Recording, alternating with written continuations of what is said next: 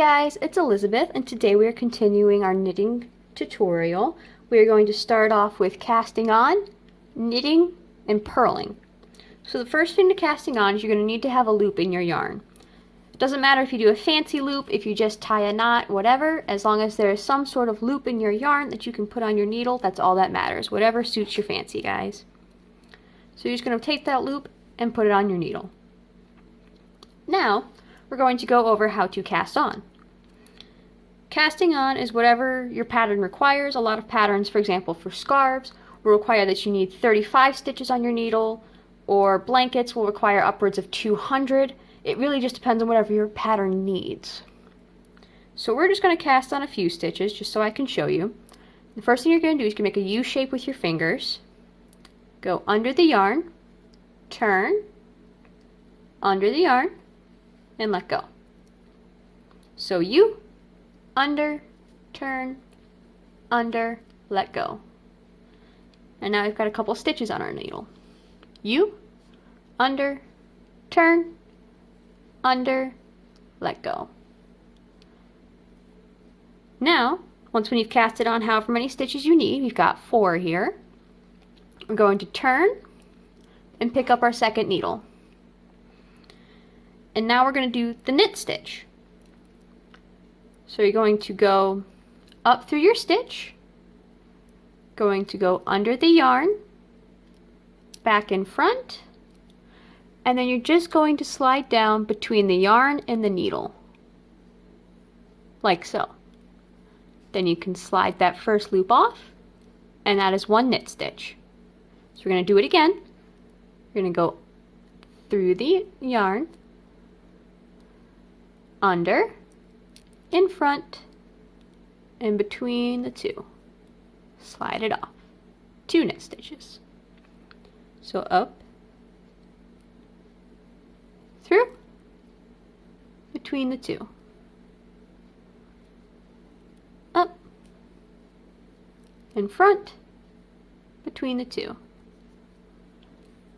And that's 1 full row. Now I can't really tell right now because our piece is super short, but you can kind of see the pattern of knit stitches. In fact, I'll do another row for you real quick here, so you can see what it would look like if it were further down in your pattern.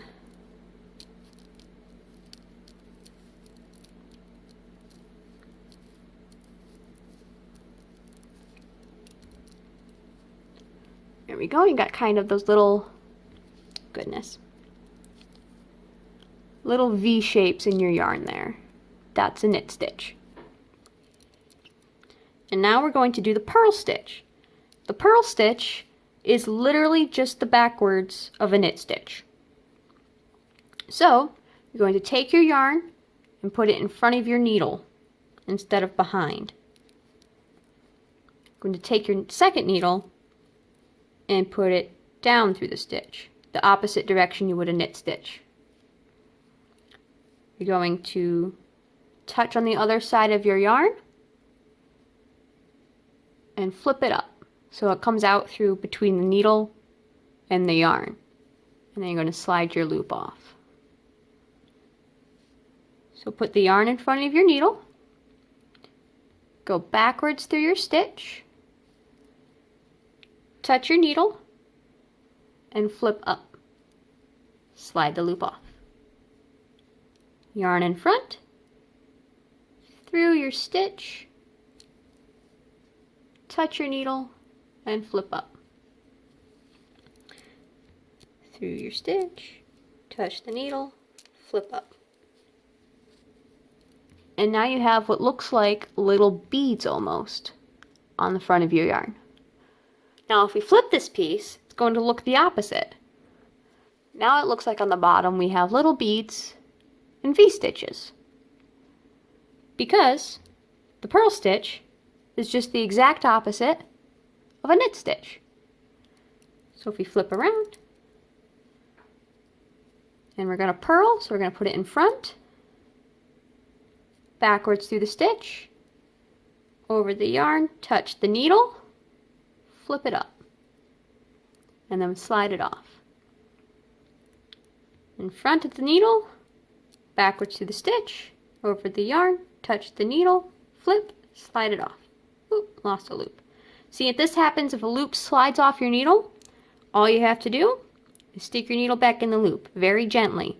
Because if you pull, your loops will slide through each other and come undone all the way down to the bottom of your project. And then you have a lot of long, loose strands. But if you're very, very gentle and very, very careful, you can stick your needle back through the loops that you've dropped.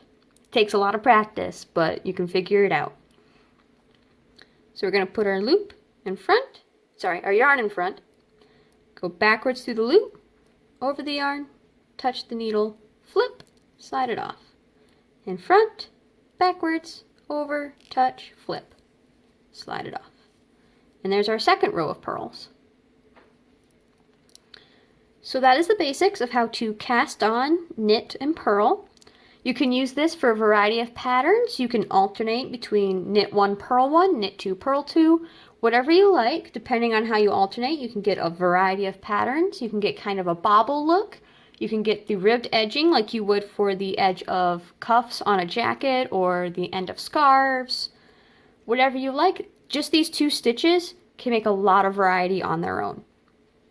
So next time, we're going to go over some more complicated stitches and maybe how to go over in the round.